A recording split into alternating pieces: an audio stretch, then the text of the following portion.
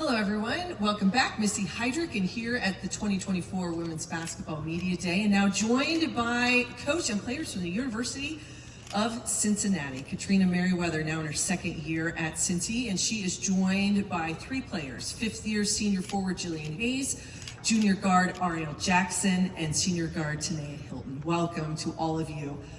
Coach, your phone rang a year ago last March. You returned to your alma mater as the head coach. As you look back at sort of this whirlwind of year one, as I'm sure it was, what did you take from the season and what the Big 12 and the gauntlet that it really is and what it's all about? I think there were a few things.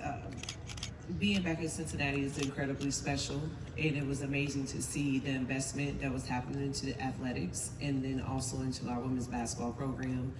So to come in with facilities being new and locker rooms being new, it was really apparent that it was important that women's basketball was going to be successful, and that made me feel really good.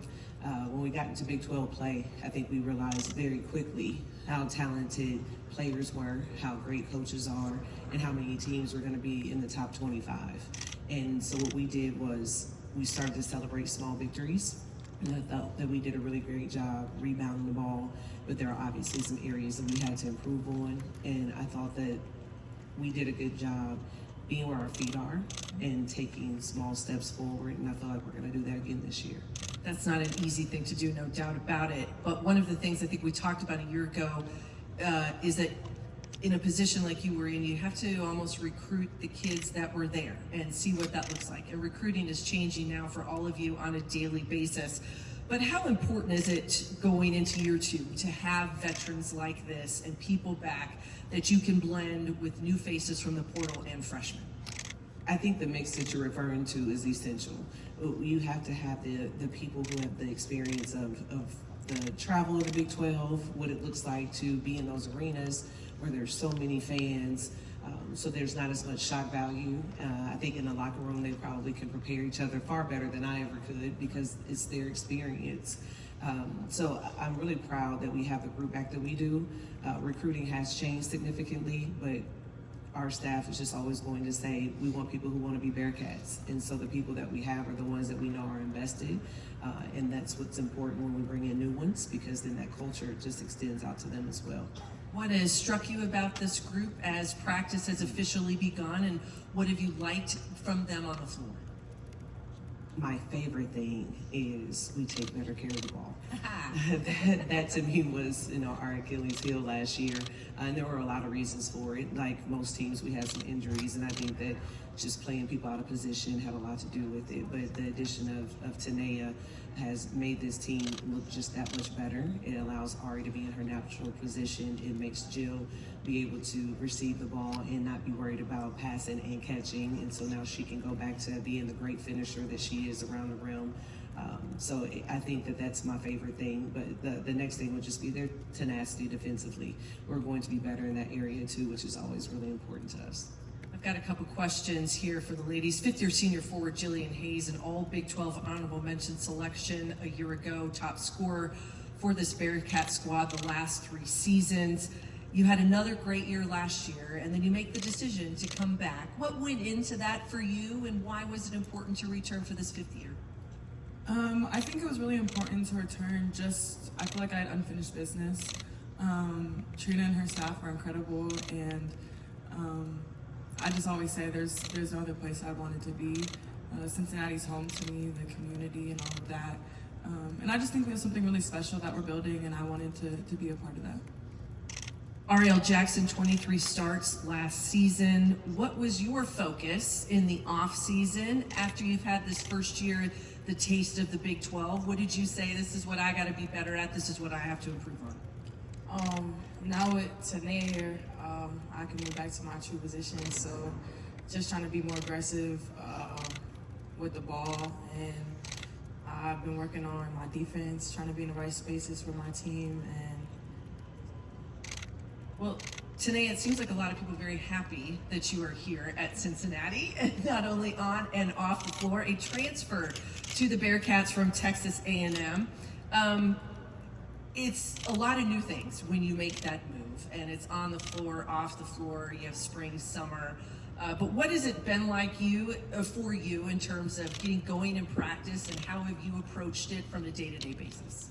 I would say taking it day to day, figuring out ways to improve on my weaknesses, figuring out ways to help the team improve, whether that's defensively, offensively, and just working together as a team for sure. As a point guard, as a primary ball handler, what is it about this system that Coach runs and what we're going to see from the Bearcats on the floor that I think is going to help elevate you all going into this season? I would say allowing everybody to play their true selves. So that's tying into Ariel, being able to go back to her old self and playing the way she plays, allowing me to facilitate for the team, allowing Jillian to finish around the rim. So I think it just ties into everyone playing their role. All right, to all of our media members out there, if any of you have a question, please raise your hand. I think we have Cynthia will do right here in the front. There you go. Hi, Cindy Brunson, NBC Sports and University of Arizona basketball. Coach Merriweather, for you, not many folks look like you when you go into a room at the conference meetings. What does it mean to you to be a Black woman in this space as a leader, as a mentor, and who inspired you to become a head coach? I think that the inspiration starts, my father was a coach, and he'll say it was his father that got him into it as well. And coaching for us is really just teaching and being impactful to young people. But you can't talk about being a Black female in coaching without talking about C. Vivian Stringer. And I grew up in Indiana where the Big Ten tournament was in Indianapolis, and so my dad would get us tickets and I would watch Iowa play. And then she would have Tiffany Gooden and Angela Hamlin and all these people who were from Indiana. And as much as I should have been watching them, which I did, I was watching her. And I think that she was such an inspiration in that space. And as you mentioned, I think all of us can't wait until there's a lot of diversity in every space. And so I look forward to not being the first or the only or one of the few, and it being something that is common so that we don't have to talk about it as much. But while we still do, I am very proud of that. And I hope that we are setting a great example for all the young people out there.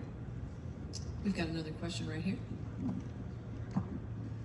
Coach Matthew Postman's Heartland College Sports. You've got 3 of your top 4 scorers returning this year, plus you have Tineya now. But you got a large group of players from a depth standpoint that either didn't get to play a lot last year or were redshirted. How has their development gone this summer coming into the fall? I think one thing that I love about this team is how committed they are, not just to our system or to me, but to each other. And you can see their chemistry on the floor. Because of social media, we can also see their chemistry off the floor, from TikToks to everything else that they post. I think that we're going to continue to celebrate small victories. And I say that a lot because I think in order for us to get to these main goals, we have to acknowledge where we are progressing and where things are getting better. And so we do our best in that in practice, where we're extremely competitive. And we watch a lot of film, and we are communicating openly and honestly about things where people need to get better and work. And I think because of that, we have created an environment where we can talk about being better and growing, and no one takes it personal. Everyone just goes back and tries to be the best they can for the team.